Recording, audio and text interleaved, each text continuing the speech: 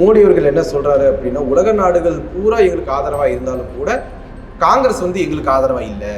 கட்டபொம்மன் வசனம் தான் ஞாபகம். இந்த நாட்டில் இருக்கிற அத்தனை மன்னர்களும் எனக்கு அடிபணிந்து கப்ப கட்டுகிறாள், நீ மாத்திரம் என்ன அப்படின்னா, இத்தனை பேர் கட்டும்போது நான் ஒரு மட்டும் கட்டாதா உனக்கு என்ன குறைந்து போய்விட்டதுன்னு கட்டபொம்மன் கேட்பார். பார்லிமெண்ட் நடக்கும்போது நடந்துக்கிட்டு இருக்கிற நேரத்தில் 3 தீவிரவாதிகளை கொண்டு விட்டீங்களே, எங்கே நடந்தது, யார் கொண்டா, அவன் தீவிரவாதியா என்ன எதுவும் தெரியல, யாரோ 3 பேர்த்த பிடிச்சி கொண்டு விட்டாங்க. இத்தனை நாள் என்ன பண்ணிட்டு இருந்தேன்? பார்லிமெண்ட் இந்த கேள்வி வர்ற நேரத்துக்கு பிடிச்சி கொள்றீங்க என்னன்னு புரியுது. ஏவான்னு கூட தெரியல, பேச்சது மாதிரி தான் கேட்டார். தீவிரவாதிகள் பாகிஸ்தானை சேர்ந்தவங்களா இல்லை இந்த நாட்டை சேர்ந்தவங்களான்னு கேட்டார். பங்களாதேஷ் நம்மளோட இருக்கா, நேபாள் நம்மளோட இருக்கா, பாகிஸ்தான் நம்மளோட இருக்கா, இது பர்மா நம்மளோட இருக்கா, சிலோ நம்மளோட இருக்கா, சுற்றி இருக்கிற நாடுகளுக்கு ஒருத்தர் நம்மளோட இல்லை அப்படின்னா என்ன அர்த்தம்? கோட்டை விட்டுட்டேன், நீ காலி. இன்னைக்கு வரையிலும் பாகிஸ்தான் இந்த ஆபரேஷன் சிந்தூரை பற்றி ஏதாவது எங்கேயாவது பேசியிருக்காங்களா பார்த்தீங்களா? அவன் வேலையை பார்த்துட்டு போயிட்டே இருக்கான். அது அந்த ஒரு சம்பவம் நடந்ததை கூட அவன் சட்டம் பண்ணான். பகல்காம் தாக்குதல் நடந்தபோது அதனுடைய இராணுவ தளபதி சொல்லிட்டான், அவங்க ஊரில் அவங்க நடத்தின போராட்டம் எங்களுக்கு அதுக்கு சம்மந்தம் இல்லை, அந்த தீவிரவாதத்துக்கு எங்களுக்கு சம்மந்தம் இல்லைன்னு அன்றைக்கே அந்த பாகிஸ்தான் தளபதி சொல்லிட்டார்.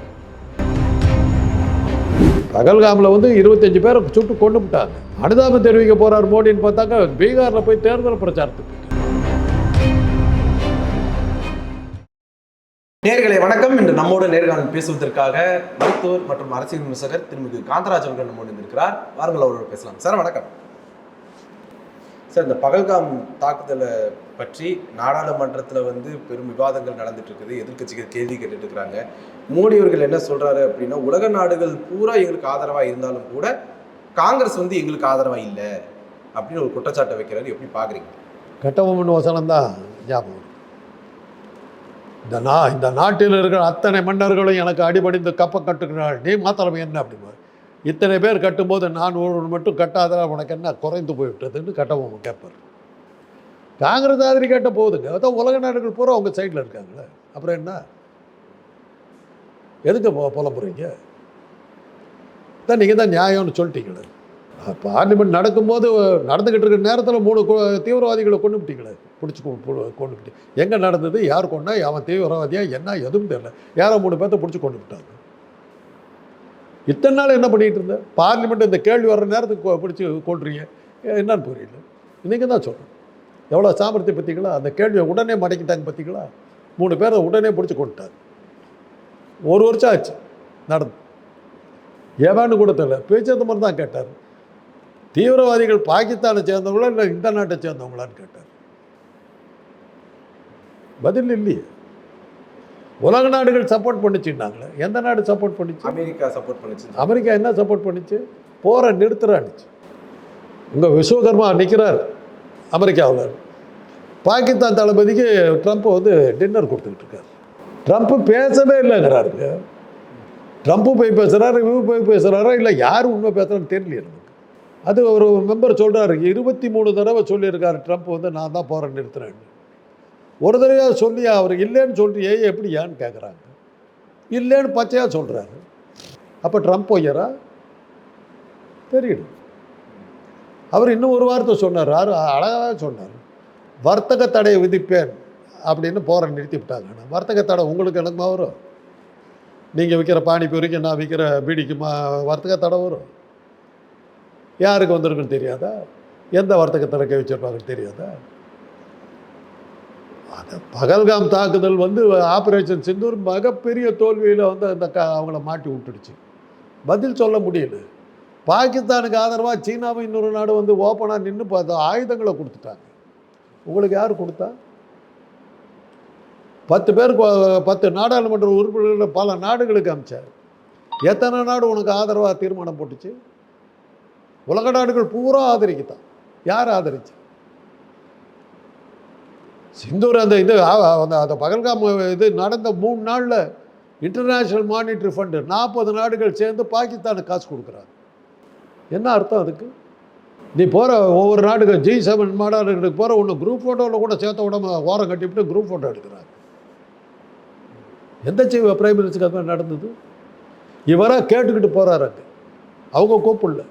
என்னை எப்படியா சேர்த்திங்கன்னு சொல்லி கேட்டுக்கிட்டு அங்கே போய் அந்த நாட்டை வேற பார்க்கணும். அது ஏதோ அவர் உல்லாச மனிதர் வெளிநாட்டுக்கு போகிறதுக்கு பார்லிமெண்ட் நடக்கும்போது வெளிநாட்டுக்கு போகிறாரு.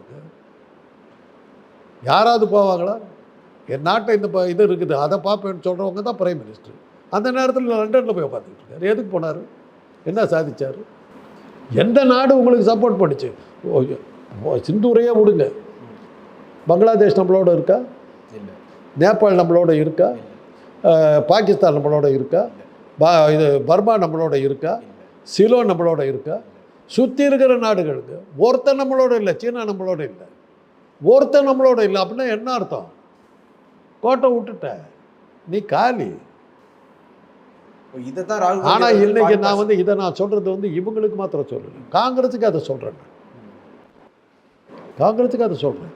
மோடி பேசுகிறது ஒரு பாயிண்ட் நான் அவரோட ஒத்து போகிறேன். காஷ்மீரை தேவையில்லாமல் நீங்கள் இந்தியாவோட வச்சுக்கிட்டு இருக்கீங்க. அது நமக்கு தேவையில்லாத பூமி. காஷ்மீரில் என்ன இருக்குது? ஆப்பிளும் சுற்றுலா பயணம் தான். அந்த கிளேசியர்ஸும் அதனால தான் நம்ம தண்ணி வருதுன்னு சொல்கிறாங்க. சிந்து நதி அது ஒரு முக்கியமான பாயிண்ட். சிந்து நதி, ஜீலம் நதி, பியாஸ் நதி, 3 நதி அங்கே வருது. ஜீலம் நதி உற்பத்தி ஆகிற அந்த இடத்துக்கு நான் போயிருக்கேன். அழகுன்னா அழகு. அப்படியே இன்னைக்கு வரல அந்த மாதிரி நான் பார்த்ததில்லை. இந்த ரூமோட பெரிய குளம், பயங்கரமான குளம், அப்படியே அவ்வளோ இருக்குது. தண்ணி அப்படியே லேசான கலங்கள் தண்ணி, கோல்டு ஃபிஷ்ஷு, தங்க மீன்கள், பெருசு.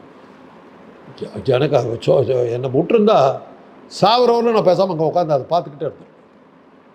அப்படி ஒரு அழகு. அது அங்கே அவ்வளோ அமைதியாக அந்த தண்ணி இருக்குது. அந்த தண்ணி மேலே அந்த குளத்துக்கு பக்கத்தில் ஒரு கால்வாய் மாதிரி வெட்டி விட்ருக்காங்க. அந்த கால்வாய் புறப்படுது. அது என்னன்னே புரியலைங்க. அந்த இடத்துல தண்ணி ஒன்றுமே ஒரு சின்ன அலை கூட இல்லை அந்த கிணத்துல இருக்கு. இங்கே வந்தால் இப்படி இந்த கதவு மாதிரி தான் அந்த இடத்துல வருது. 100 மைல் ஸ்பீடில் வருது. என்ன ஒரு இயற்கையுடைய அதிசயம் என்னங்கிறது எனக்கு புரியல. அந்த தண்ணி அவ்வளோ அமைதியாக இருக்குது. நீங்கள் அங்கே கை விட்டு இறங்கி குளிச்சு முழுகிட்டுலாம் வரலாம். அந்த இடத்துக்கு போனீங்கன்னா எங்கே போய் சேருவீங்கன்னு தெரியாது.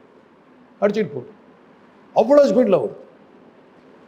அது மாதிரி நதிகள் பூரா, சிந்து நதி பூரா. பாகிஸ்தான் பிரித்த போதே வெள்ளைக்காரன் எப்படி பிரித்தான்னா, சிந்து நதி பாகிஸ்தானுக்கு, கங்கை நதி இந்தியாவுக்கு. பிரம்மபுத்திராவை அவனால் பங்கிட முடியல. ஏன்னா அது ஆரம்பிக்கிறது சைனாவில். அவங்ககிட்ட வம்புக்கு போகல. பிரம்மபுத்திரா சைனா விட்டா தான் உண்டு. அவங்க டேம் மேலே டேம் கட்டிகிட்டு இருக்கிறான். வாயை திறக்கலையே நீ. நேற்று புதுசாக ஒரு டேம் கட்டியிருக்கான். வாயை திறக்கலையே. பாகிஸ்தானுக்கிட்ட மாத்திரம் போய் கேட்குறேன், என்னடா விட்டுட்டேன். அப்போ அந்த பிரம்மபுத்திரா ஓடுற அஸ்ஸாம்லாம் ஊர் இல்லையா?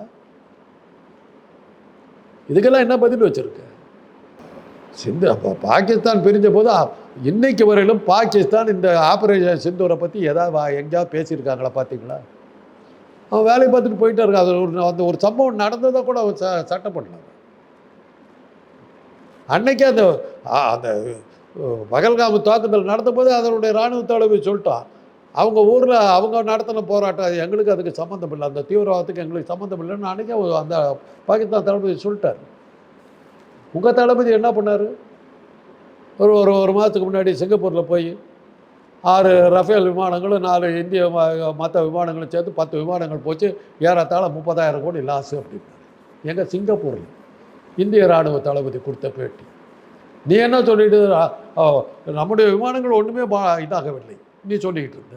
இன்றைக்கி அதே போய் தான் அங்கே பார்லிமெண்ட்டில் பேசிக்கிட்டு இருக்க. தடுமாறுறாங்க, அவங்களுக்கு பதில் சொல்ல தெரியலை. பகல்காமில் 25 பேரை சுட்டு கொண்டு விட்டாங்க. அனுதாபம் தெரிவிக்க போகிறார் மோடின்னு பார்த்தாங்க, பீகாரில் போய் தேர்தல் பிரச்சாரத்துக்கு போயிட்டார். அதான் நடந்தது. உண்டா இல்லையா? அப்புறம் இன்னொன்று, காங்கிரஸ் தாவூத் இப்ராஹிமை தப்பிக்க விட்டாங்க, அவங்களுக்கு என்ன இது இருக்குது அப்படிங்கிற மாதிரி அமித்ஷா கேட்டிருக்காரு. அதை எப்படி பண்ணுறது? இருக்கட்டுமே, தாவூத் இப்ராஹிம்னால இப்போ யாருக்கு என்ன கெடுதல் வந்தது?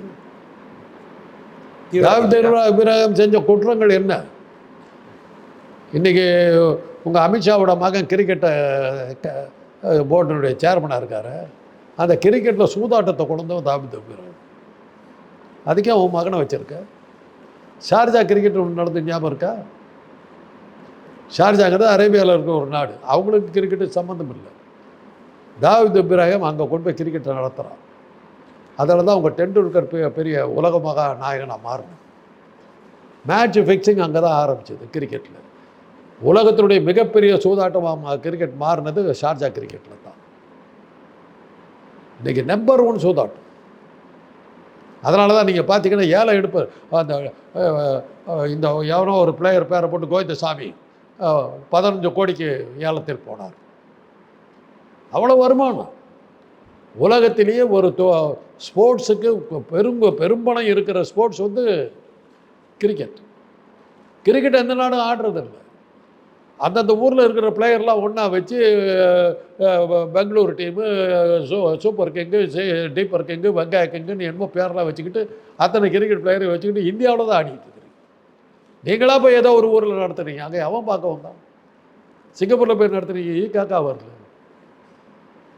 உலக கோப்பைன்னு சொல்லிட்டு இங்கே நடத்திக்கிட்டு இருக்கிறீங்க. யாரும் பார்க்காத ஒரு கேம்.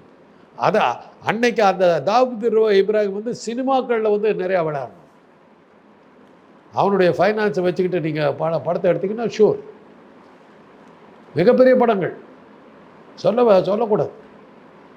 ஒரு குறிப்பிட்ட நடிகை நீங்கள் போட்டிங்கன்னா பூரா செலவும் தாவூத் இப்ராஹிம் ஏற்றுக்கோங்க. இதெல்லாம் தான் அவன் செஞ்சான். நாட்டுக்கு விரோதமாக என்னத்தை பண்ணான்? ஆனால் தீவிரவாதிங்கிறாங்களே. தீவிரவாதத்தினால என்ன நாட்டுக்கு என்ன கெடுதல் வந்தது? பகல்காம் மாதிரி நடத்தினானா ஏதாவது? தாவூத் இப்ராஹிம் நடத்துகிற தீவிரவாத தாக்குதல் என்ன? அது சொல்லு. அவன் எங்கே போனான்னு இன்றைக்கு ஒரு யாருக்கும் தெரியும். சும்மா போனதெல்லாம் உன் மகன் அது அந்த ஆரம்பிச்சு வச்ச அந்த கிரிக்கெட்டுக்கு இதில் தான் அமித்ஷாவுடைய மகன் தானே இருக்கார், ஜெய்ஷா. அவரை பிடிச்சி விசாரிச்சா தாவூத் இப்ராஹிம் எங்கே இருக்கான்னு தெரிஞ்சு போகுது. ரொம்ப சுலபம் தானே. இன்னொன்று, பகல்காம் தாக்குதலில் வந்து அந்த ஈடுபட்ட அந்த கொலையாளிகள், தீவிரவாதிகள் வந்து கொல்லப்படல, அவங்க பற்றி என்னாச்சு அப்படின்னு எதிர்கட்சியினர் கேட்டப்ப அமித்ஷா என்ன சொல்கிறாரு அப்படின்னா, அவங்க கொல்லப்பட்டு விட்டார்கள் அப்படிங்கிறத என் தரப்பில் படையினர்லாம் சொல்லிட்டாங்க அப்படின்னு அமித்ஷா அவர்கள் சொல்லியிருக்கிறாரு. அதை நீங்கள் எப்படி பார்க்குறீங்க? இன்னும் ரொம்ப ரகசியமாக நடத்துது. அந்த தீவிரவாதிகள் கொல்லப்பட்டது ரொம்ப ரகசியமாக நடத்துது. தீவிரவாத முகாம்களுக்கெல்லாம் குண்டு போட்டதெல்லாம் வெளியில் வந்துருச்சு. தீவிரவாதிகளை கொண்டது இன்றைக்கு வரல யாருக்குமே தெரியல. எவ்வளோ ரகசியமாக வச்சுருக்காங்க பாருங்க. நடந்திருந்தால சொல்கிறது புழுகிக்கிட்டே இருக்கிறாங்க. அதாவது கனிமொழி கேட்ட கேள்விகள், ஆராஜா கேட்ட கேள்விகளுக்கெல்லாம் பதில் வரலையே. உலக நாடுகள் எந்த நாடு சப்போர்ட் பண்ணிச்சுன்னு பேர் சொல்லணும் இல்லை. 40 நாடுகள் ஒன்றா சேர்ந்து அந்த தீவிரவாத தாக்குதலுக்கு அப்புறம் வந்து 40 நாடுகள் ஒன்றா சேர்ந்து பாகிஸ்தானுக்கு காசு கொடுக்குறாங்க. உன்னுடைய இராணுவ தளபதிக்கு நீ அந்த நாட்டில் இருக்கும்போதே ட்ரம்ப் வந்து விருந்து கொடுக்குறாரு. நீ ஒரு 10 நாடாளுமன்ற உறுப்பினர்களை போட்டு உலகம் பூரா சுத்த வச்ச ஒரு நாடு உனக்கு சப்போர்ட்டாக வரல. ரஷ்யாவுக்கு ஆதரவாக இருக்குது அப்படின்னு சொல்கிறாங்க. ரஷ்யா என்ன எங்கே சொன்னாங்க அவங்க? புட்டின் இன்னைக்கு ஒன்று சொன்னாரா? சீனா ஓப்பனாக சொல்லிச்சுங்க பாகிஸ்தானுக்கு இதுக்கு இராணுவ தளவாடங்களை கொடுத்துச்சு. அது மாதிரி உங்களுக்கு எதாவது கொடுத்தாங்களா? சப்போர்ட் பண்ணாங்களா? மாட்டிக்கிட்ட பதில் சொல்ல தெரியல, ஓட பார்த்த விடல. இல்லாட்டி நேரம் லண்டன் இது கேள்விப்படாத நாடுகளுக்கெல்லாம் போயிட்டுருப்பேன். நேரு குற்றம் சாட்டுறாரு. வேற என்ன பண்ண முடியும்?